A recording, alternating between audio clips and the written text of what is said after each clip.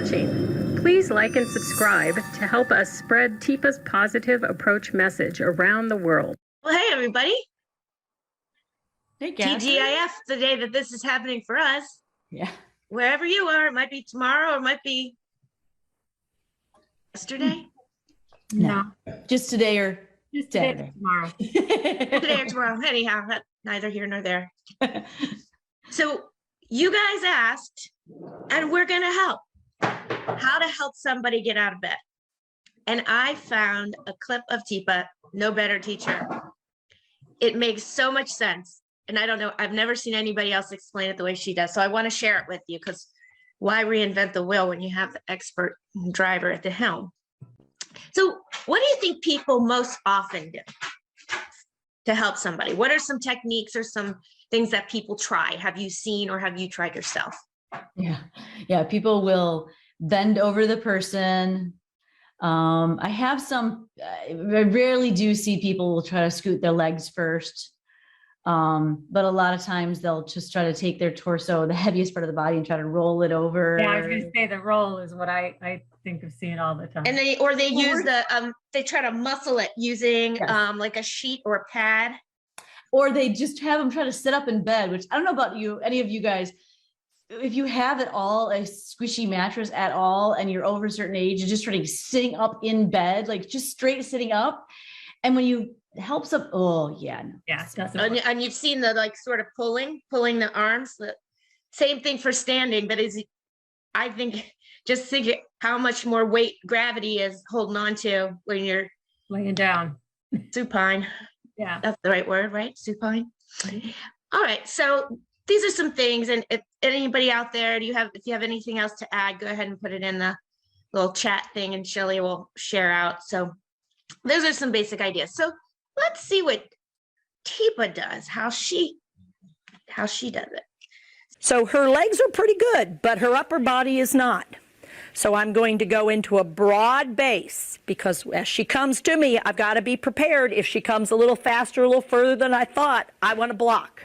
That's my job, keep her safe. I will take my upper arm and put it behind her shoulder blade. I will ask her to reach out for me. Reach out. You're going to roll to me. I take my hand and I actually push down on the knee as I roll her my way to create the push we would give to roll to our side.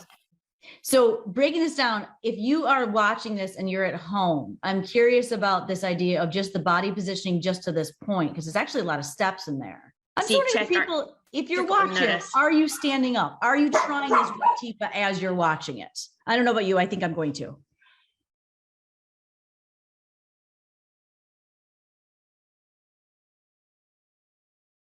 Okay, since Beth asked the question, what have you guys noticed so far about where did Tipa start? How did she have Lynn start? She had her knees bent. So so that and where were her feet? Her feet were flat on the bed. Flat on the bed, knees bent. Why do you think she had her do that? And if you can get that height, with the knees, that gives the little bit of leverage you're looking for, every physics teacher from high school is just happy right now. Right, because this is what she did it so that she could get that sort of fulcrum, that sort of place to get weight to come this way. It's also a very neutral position. Yeah. Then what did she do with her body? So she set Lynn up and then she sets herself up. Well, she got her feet well positioned apart so that she has good balance, and then but her knees bent so that she's not going to put pressure on her lower back as she's helping her move over. I really like how she's got, even when you do that motion of the reach and see how far you'd have to reach to go over someone's shoulder, the fact that her knees are almost touching that bed, what she does is extend her arm. She doesn't have to bend her body, which I think is a key feature here, and not hurting your back. Right. Also, what's Lynn's perspective of her? Is she in a supportive stance, or is she confrontational? Oh, absolutely supportive. Absolutely supportive, because usually how do people come in? Yeah, right on top. Yeah. There's another important thing about how close she is. I don't know, she might mention it in a minute, but Any thoughts on why she also might want her body basically flush up against the bed when she's pulling or turning Lynn toward her?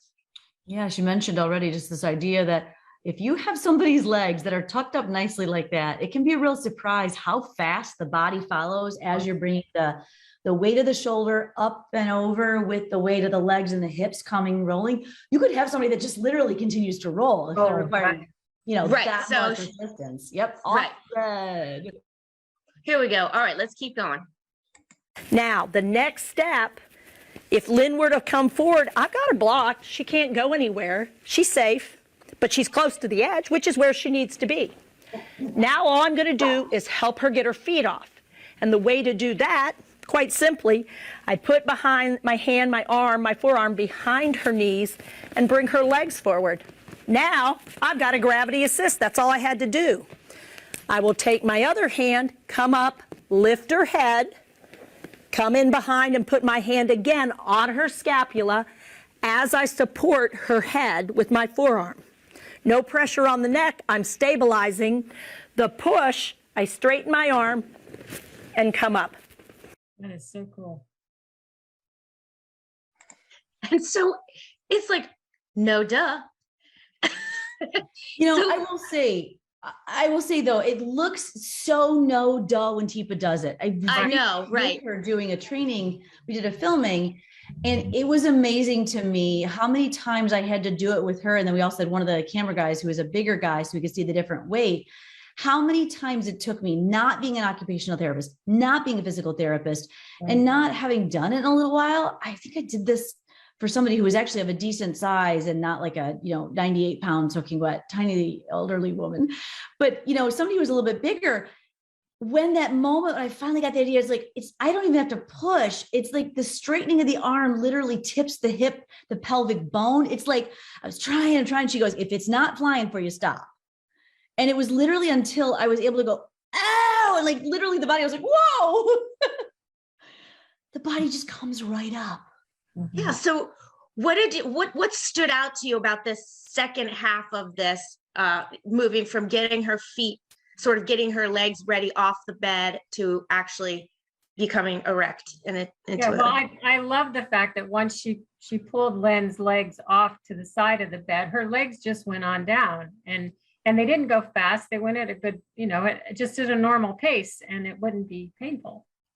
Yeah. So enlisting the things that we have, body structure, physics, it's all physics, gravity, the structure of the body, how you can support, how you can use your own body in just like, so it's not all muscling. Right. You're in a good position. So the whole thing that I love about this is it's good for everybody. And you don't need to do this elaborate, scoot this thing under and make sure. Now that's a different story if you're doing a brief change, or there's been some incontinence that's happened in the bed and that's a whole other thing. Very different. But is it? It very much feels it is for me. Yes. Yeah. Yeah. So anyhow, what are you guys thinking? What do you think about who might this benefit to know? Like every family member I've worked with lately. I was going to say, yeah. I mean, anybody that, even when you somebody who's ill that doesn't have brain change, that maybe just needs some help getting up from getting out of bed. My mom has some structural issues, and it is really a struggle for her because she has some elbow damage, and she doesn't have much strength or mobility in one of her arms, and she's got some neuropathy. It's really struggle for her to feel herself and get herself upright. And she tries like pulling, and I've seen family members, we do the best we can. And when I saw this, I was like, oh my God, I can help my mom. She doesn't have dementia. Yeah. Anybody else? Yeah. I love this idea in terms of like, how you make this work for you. I had a fun little family session where we're, playing around with the Hoyer. And it really can be something. So this is the lift with the cloth swing. or sling for the whole body. But, it's interesting. These are not moments you ever want to be in with somebody, whether it's somebody if your job is as a paid care partner or if you're a family member.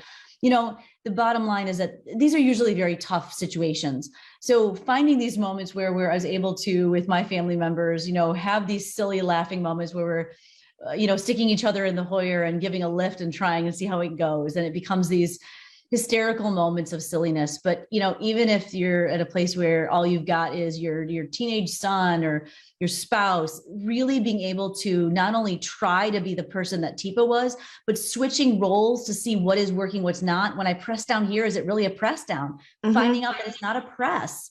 I would never have known that had I not been in the role that Lynn was laying in the bed, and being able to do that with somebody without brain change is such a great opportunity. If you had someone. I was going to ask, who do you think you should try this on the first time you try it, with your person living with dementia or somebody else? I think I'd try it with somebody else. So I think I'm going to try it with I am going to help my mom. Is now almost wheelchair bound. I am going to go help her over the holidays. And I have a sister who lives next door. So I've decided, hey, you know what? I'm going to make the two of us, because she does a lot of the helping. She just needs a little break. I'm going to have the two of us try it. And then maybe if I feel like we got it, try it with mom. Anybody have anybody else, or even anybody out there? Well, guys, this comes from, again, one of my favorite DVDs for how to. It's called Advanced Care in Late Stage Dementia. Now, it does say stage, not state, because we keep evolving, but that's okay. We can forgive that one letter change. Thanks for joining us, everybody.